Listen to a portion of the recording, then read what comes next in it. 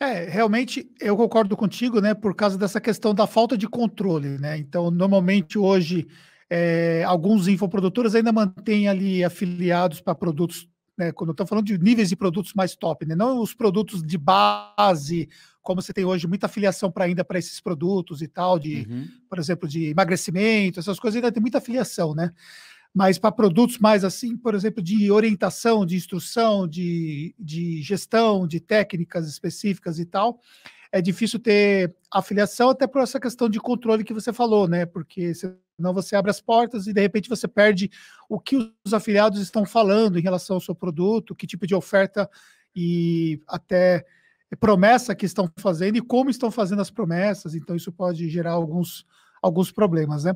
E essa foi uma das Processo evoluções pode que nós tivemos, né? rola muita coisa, Processos, rola né? muita coisa. É, Exatamente, exatamente. é, Então, hoje em dia, processo. a coisa evoluiu de um jeito que, cara, não dá para confiar em mais ninguém, então fica Uhum. complicado, né? Eu não estou dizendo que todos fazem isso, é uma pequena parte que estragou, vamos dizer assim, a possibilidade das pessoas serem afiliadas. Eu gostava muito de ser afiliado do Fórmula, eu aprendi bastante naquela época também, coisas que eu pude aplicar no meu negócio. Tive em vários eventos com o Érico, aqui em Balneário Camboriú, quando ele morava aqui ainda, ele fazia um evento lá no Terraço da Rainha. Fui receber prêmio de top 10 afiliados lá, conheci outros empreendedores na época. Ele, cara, ensinava como é que, vocês vão promover assim, vão promover assado, as melhores práticas são essas, tá aqui, tem uma palestra do Hugo, tinha uma outra do Granville, sabe? Sempre tinha conteúdos muito bons vindos desse programa de afiliados que ele tinha. Realmente fez uma falta para o mercado, acredito, essa possibilidade de ensinar os afiliados a trabalhar. Mas, enfim, o mercado evolui, as coisas evoluem também. E acho que hoje ele faz um bem danado para o mercado. Tanto ele, hoje com os infoprodutos, tem lá o Conrado, ele mudou um pouco a linha de atuação dele para uma Total. área mais empresarial, né? Ele não trabalha mais com infoproduto, então ele nem vende infoproduto hoje.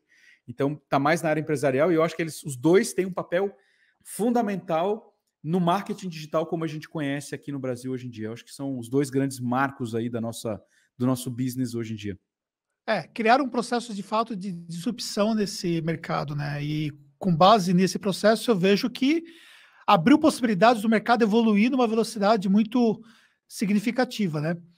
E uma coisa assim que eu observei muito na sua carreira foi quando você saiu do Brasil e foi morar nos Estados Unidos, né?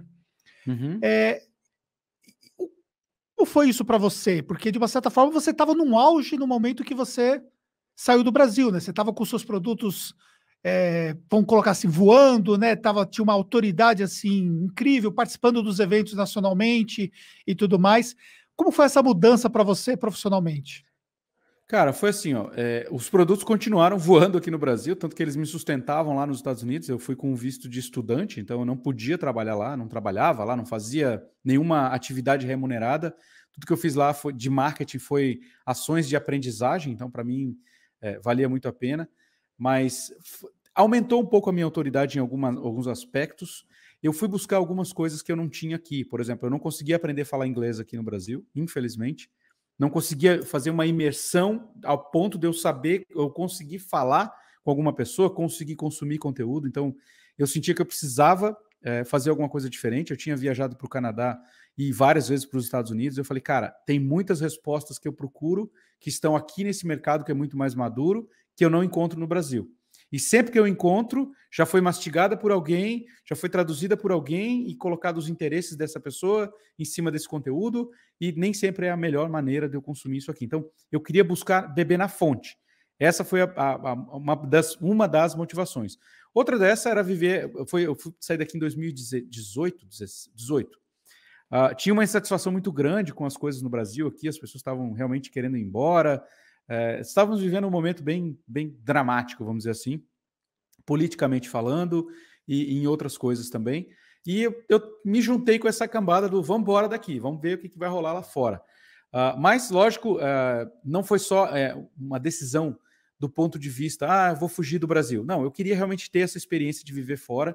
Eu viajei em 2017 e acertei todas as coisas, né? Já deixei conta em banco aberta, já deixei algum dinheiro lá, já comecei a entender como é que eu ia viajar para lá, quanto que eu preciso. Tem que juntar X mil reais para você fazer o visto. Beleza. Fui lá, juntei essa grana, comecei a organizar a mudança e tudo mais, e foi muito bom. Eu conheci pessoas incríveis lá nos Estados Unidos, tanto brasileiros, hispanos, americanos. Eu conheci uma galera incrível de marketing lá também.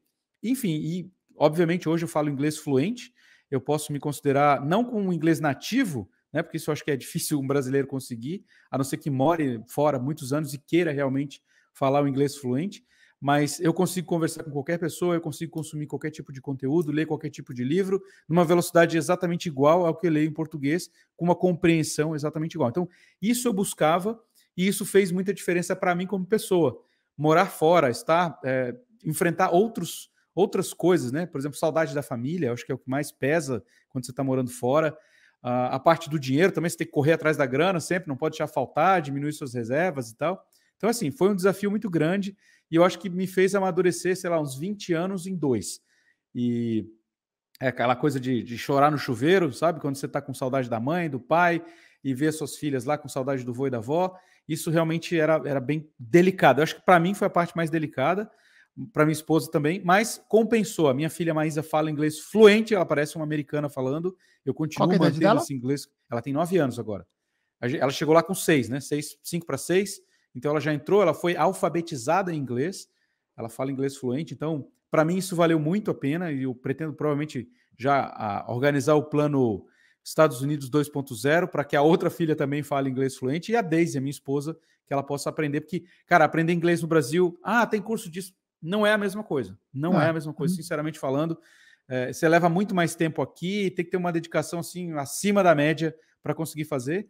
E, enfim, morar fora é uma experiência muito legal. Eu curti bastante.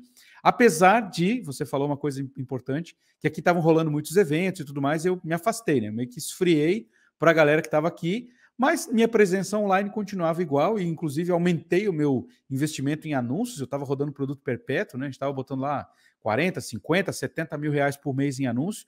Isso dava uma visibilidade muito grande, né? Então, eu não deixei de ser visto aqui no Brasil, até porque os meus infoprodutos vendidos eram aqui.